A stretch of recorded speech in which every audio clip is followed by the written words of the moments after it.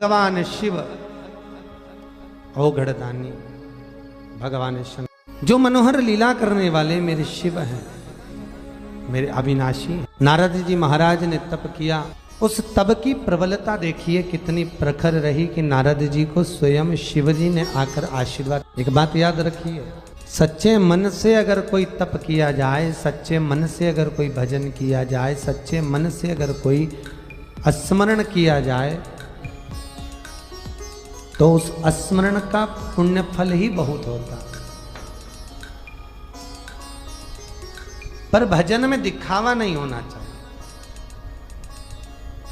कीर्तन में दिखावा ना हो, भजन में दिखावा ना हो, सत्संग में दिखावा ना हो, इसका ध्यान रखें। आपने देखा राम जी महाराज की सेवा करोगे तो फूल भी चाहिए, वस्त्र भी चाहिए, आभूषण भी चाहिए, रतन भी चाहिए। कृष्ण भगवान की पूजन करो तो बहुत सारा रतन आभूषण चाहिए, पर शंकर जी की पूजन में क्या चाहिए?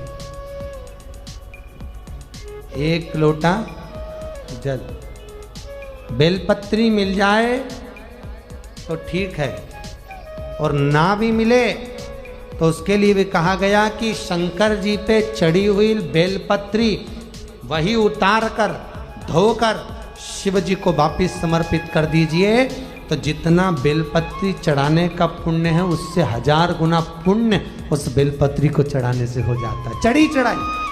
आपके पास में बेलपत्री भी नहीं है तो भगवान शंकर को जो बेलपत्री चढ़ी है ना, वही उतार लीजिए। उतार कर आप लोग जल चढ़ाओगे ना भगवान पर, तो पहले उतार लो, उतारने के बाद उसको धो लो, धोने के बाद शिव जी को वापिस समर्पित करो, भगवान शंकर को वापिस।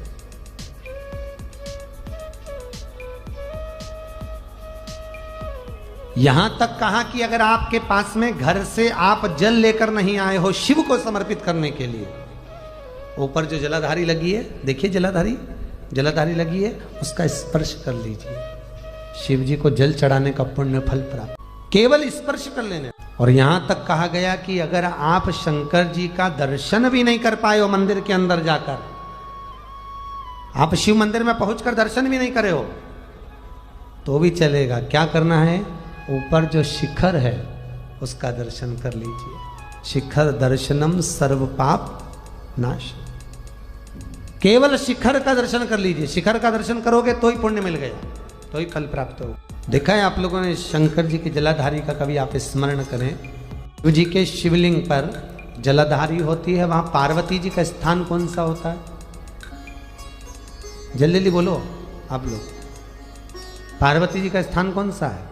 तो कहाँ? जहां पर शिवलिंग, आप लोगों को ध्यान होगा, अभी यहाँ तो शिवलिंग है नहीं, जैसे ये जलाधारी है, देखा आपने, ये जलाधारी है, जहाँ पर अपन जल चढ़ाते हैं वो जलाधारी से नीचे गिरता है, इसके ऊपर जो शिवलिंग रखा हुआ है, तो कहा जो ये कटी है जहाँ पर शिवलिंग रखा है, ये कटी पार्वती जी का स्थान है। किसका स्थान है? पार्वती जी। जो चरण है जहाँ से जल नीचे जा रहा है, एक चरण की ओर गणेश जी का स्थान है और दूसरे चरण की ओर कार्तिकेय बाबा का स्थान। केवल इसी जलाधारी में शंकर, पार्वती और कार्तिकेय सब विराजमान,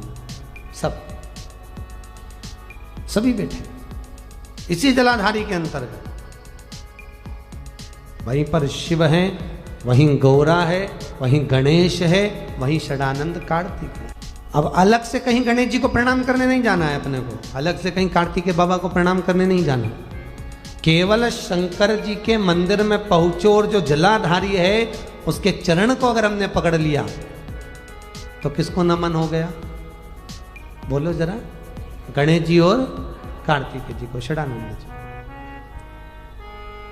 और जब हम जल समर्पित कर रहे हैं तो गणेश, कार्तिकेय, जगदम्बा और शिव सबको समर्पित हो रहा है।